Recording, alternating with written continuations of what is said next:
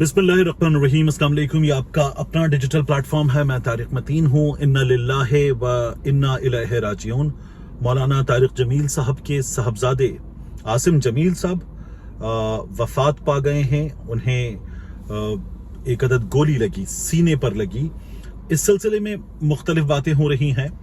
कुछ मालूमात हैं जो मैंने मौलाना तारिक जमील साहब की टीम से बात करके, उनके पर्सनल असिस्टेंट हैं एहतराम साहब, उनसे बात करके हासिल की, वो भी आपके सामने रखते हैं। कुछ चीज़ें हैं जो इस हवाले से पुलिस हुक्काम बता रहे हैं, उनकी भी बात करेंगे। हमारे एक दोस्त हैं, उन्होंने कुछ मालूमात जमा की हैं, उन्हें मैं आपके सामने सबसे आखिर में रखूंगा। और इसके बाद एक बहुत अहम सवाल है, उस सवाल पर भी इस वीडियो में बात करेंगे। अलग न्यूज़ के लिए मैं आपसे दरख्वास्त करता हूँ, हर बार वो दरख्वास्त में दोहराऊंगा कि लाइक कीजिए, सब्सक्राइब कीजिए, शेयर कीजिए। अब इस वीडियो के मौज़ूआत की बात, मौलाना तारिक जमील साहब के सबसे छोटे साहबजादे आसिम जमील साहब जो हैं, उनके हवाले से खबर आई अब से कुछ देर पहले। जिस वक्त ये वीडियो आप देख रहे हैं, मैं आपसे मुखातिब हूँ, तो ये जब आप देख रहे होंगे तो मुमकिन है कि कोई 10:30 बजे के आसपास का वक्त हो। तो खबर आई थी कमोबेश 8 बजे के आसपास कि तारिक जमील साहब के साहबजादे जो हैं, उनकी गोली लगने से वफात हो गई है। हालत ख़राब होने की खबर आई और खानेवाल की तहसील मियाँ चन्नू तलम्बा, वहाँ जो हेल्थ सेंटर है, उसके मनाजिर सामने आए कि वो वहाँ ले जाए गए हैं। इब्तिदा में ये खबर आई कि गोली लगने से जान गई है।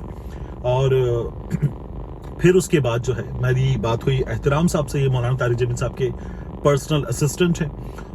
मैंने उनसे पूछा, उन्होंने खबर की तस्दीक की। फिर मैंने उनसे आसिम जमील साहब के बारे में मजीद जाना, तो उन्होंने बताया कि कमोबेश 30 बरस के करीब उनकी उम्र थी, शादीशुदा थे, कोई औलाद नहीं थी। और मैंने पूछा कि तारिक जमील साहब को ये खबर गम है, दे दी गई?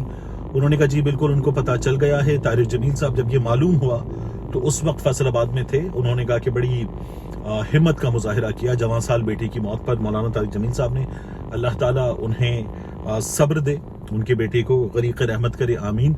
मौलाना तारिक जमील साहब फैसलाबाद से खबर मिलने के बाद रवाना हो गए तलम्बा के लिए, और उनके साथ उनकी टीम मौजूद है। तो तारिक जमील साहब वहाँ जा रहे हैं। जब ये खबर सामने आई, फिर हमारे सामने कुछ मनाजिर आए हॉस्पिटल के, जिसमें हमने देखा कि उनको ऑक्सीजन लगी हुई थी और तिब्बी इमदाद की जो कोशिश की गई है, उनकी जान बचाने की कोशिश की गई है, वो जाहिर है कि उसके मनाजिर थे। मालूम ये हुआ है उनके साहबजादे के बारे में कि कोशिश की गई जान बचाने की, लेकिन नहीं हुआ। जो उमर फारूक साहब DPO, उनके मुताबिक फॉरेंसिक के लिए शवाहिद जमा किए गए हैं, तहकीकात कर रहे हैं, दीगर मालूमात हासिल कर रहे हैं। एक खबर यह आई कि नामालूम अफराद ने गोली मारी है, एक गोली लगी है, और आसिम जमील साहब उस गोली के लगने के बाद जांबर नहीं हो सके, और ये खबर आई थी। दूसरी खबर हमारे दोस्त हैं उमर मिर्जा, उन्होंने खबर दी, और उनकी खबर यह है कि ये जो है मुमकिन है, मैं पहले बहुत एहतियात के साथ बता रहा हूँ, मुमकिन है, इस बात का जायजा लिया जा रहा है कि ये कत्ल का वाकया है, या फिर ये कि ये इन्होंने अपनी जिंदगी का खात्मा किया है। ज्यादा इम्कान इस बात का है कि इनको गोली मारी गई है। तो ये बाज घरेलू मसाइल का शिकार उन्होंने बताया, उनकी मालूमात के मुताबिक थे। लेकिन मैं इसको सेकंड चीज के तौर पर रख रहा हूं। बुनियादी वजह जो मालूम हो रही है ज्यादातर सोर्सेज से, वो ये कि इनको गोली मारी गई है, और एक गोली मारी गई जिसके नतीजे में इनकी जान गई है। और ये मौलाना साहब के कारोबारी मामलात वगैरह जो हैं, उनको देखते थे। इनकी तस्वीर वगैरह जो सामने आई, उसमें भी हमने इनको सूट में, टाई में देखा है। और जो मौलाना साहब हैं, वो खुद भी बताते थे कि जिंदगी का एक हिस्सा था जिसमें वो बहुत मॉडर्न लाइफ जीते रहे हैं। तो हमने इनको बहुत मॉडर्न से होली में भी देखा। मौलाना साहब के कारोबारी मामलात वगैरह आसिम जमील साहब देख रहे थे। तो ये खबर इनके हवाले से पता चली है। अभी मजीद मालूमात इस हवाले से हासिल की जा रही हैं, सामने आ रही हैं।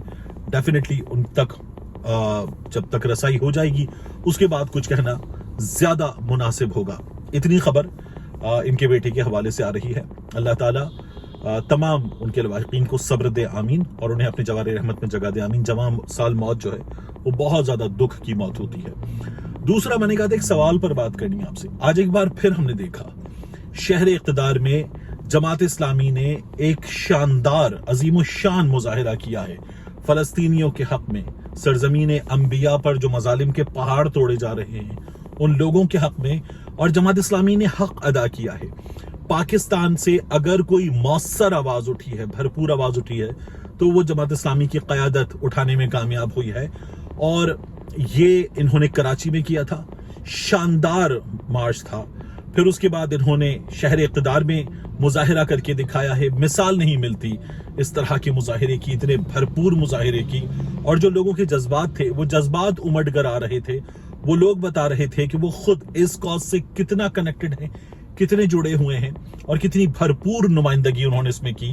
और अब अमीर जमात इस्लामी सिराजुल हक साहब लाहौर में इसी तरह का अजीम शान मुजाहिरा फलस्तीनियों के हक में करने जा रहे हैं। जबरदस्त, बेहतरीन होना चाहिए। और सिराजुल हक साहब जो हैं, उन्होंने हमारे दिल जीत लिए हैं कि पाकिस्तान में अगर कोई कामयाबी से ये कर पाया है तो वो सिराजुल हक साहब है। जितनी सताइश इसकी की जाए कम है। लेकिन सवाल ये पैदा होता है कि आज अगर ये सब कुछ होने दिया गया है, इतने भरपूर अंदाज में इसको रोका नहीं जा सका, तो कल जो हमने नाक कटवाई है काकड़ सरकार के अहकामात के मुताबिक, इस्लामाबाद की पुलिस ने कल जो काम किया है, वो काम क्यों किया गया है, उसको करने की क्या जरूरत थी? अगर रोका नहीं जा सकता था, आज लाखों का मजमा था जो ठाठे मारता समंदर फलस्तीनियों के हक में अपनी आवाज उठा रहा था। अगर ये ही लोग यहां पता था कि जमा होंगे और इनको नहीं रोका जा सकता था, तो कल वो जो तमाशा किया गया इस्लामाबाद की इंतजामिया की जानिब से, निगरान हुकूमत की जानिब से, उस तमाशे को करने की क्या जरूरत थी? अब कराची में ये नहीं हुआ था, ये इंशाअल्लाह लाहौर में नहीं होगा। इस्लामाबाद में किया गया, इसकी जरूरत क्या थी? मैं समझने से कासिर हूं, नहीं करना चाहिए था। लाहौर में नहीं करना चाहिए। इससे मैसेज क्या गया? ये कि हम एक ऐसे मौके पर जब शानदार मुजाहिरे हो रहे हैं तुर्की में, ऐसे मुजाहिरे कि दुनिया की आंखें फटी की फटी रह गई हैं, लंदन में ऐसे मुजाहिरे हो रहे हैं कि जिन्हें फलस्तीनियों के हक में दुनिया के सबसे बड़े मुजाहिरों में शामिल किया जा रहा है, तो एक ऐसे मौके पर हम जो नाम नेहाद मुसलमान हुकूमत, मुसलमान रियासत हैं, हम भी अपना हिस्सा डालें। उसके बजाय हम जो है वो सर शर्म से झुक जाएं, ऐसे काम कर रहे हैं, बजाय इसके कि हम उनकी अमली मदद करने के लिए मुस्लिम ममालिक से राब्ता करें, बात करें, इस चीज को लीड करें।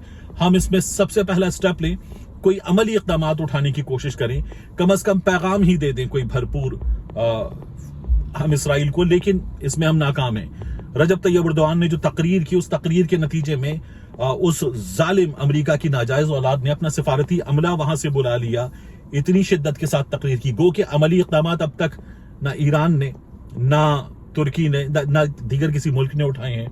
अब तक हम जो है वो जबानी जमा खर्च पर, लिप सर्विसिंग पर लगे हुए हैं। लेकिन इस लिप सर्विसिंग में भी अगर हमारा कोई बेहतर रोल हो सकता था, तो कम से कम वो रोल हम अदा करते, वो हमने अदा नहीं किया था। तो ये अगर जमात इस्लामी कर रही है तो हमें उनका साथ देना चाहिए। इसके बजाय जो काकड़ सरकार ने किया है वो शर्मनाक है। अब एक बार फिर मौका है कि लाहौर में ये मुजाहिरा हो, इसमें लोग शिरकत करें और इसे आसानी के साथ होने दिया जाए। इसका रास्ता रोकने की गलती अब ना की जाए, मगर हमारे यहाँ ये तमाम चीजें हो रही हैं। जाते जाते मैं आपसे अर्ज करूं, एक बार फिर हमने पाकिस्तान तहरीक इंसाफ के एक एमपी को देखा जिन्होंने पाकिस्तान तहरीक इंसाफ छोड़ दी है, और वो ये बता रहे थे सहाफियों से, ओ यार बस कर दो ना, अब और क्या चाह रहे हो। ये जो रवैया था ना, बस कर दो ना, अब और क्या चाह रहे हो, या वो रवैया जो हमारे दोस्त मुनीब फारूक का है, जिस पर बहुत बात हो रही है, कि वो बता रहे थे कि ARY को अब क्या शर्म करनी चाहिए, यानी ARY के साथ क्या हुआ है, इस पर बात कर रहे थे।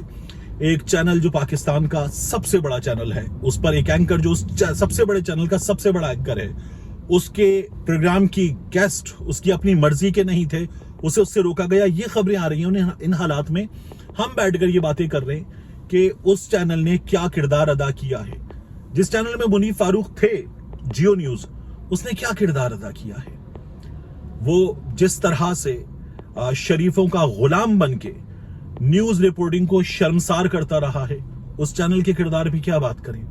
इसी तरह से, बिल्कुल इसी तरह से आप ये देखिए कि मुनीब फारूक अब जिस चैनल में है, वो चैनल क्या किरदार अदा कर रहा है।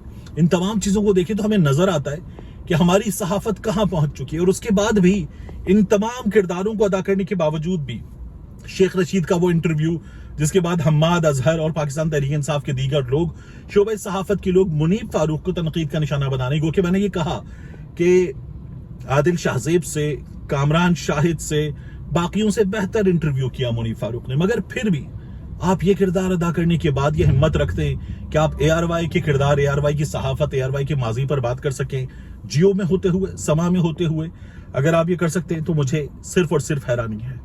ملتے ہیں انشاءاللہ آپ سے اگلی ویڈیو میں۔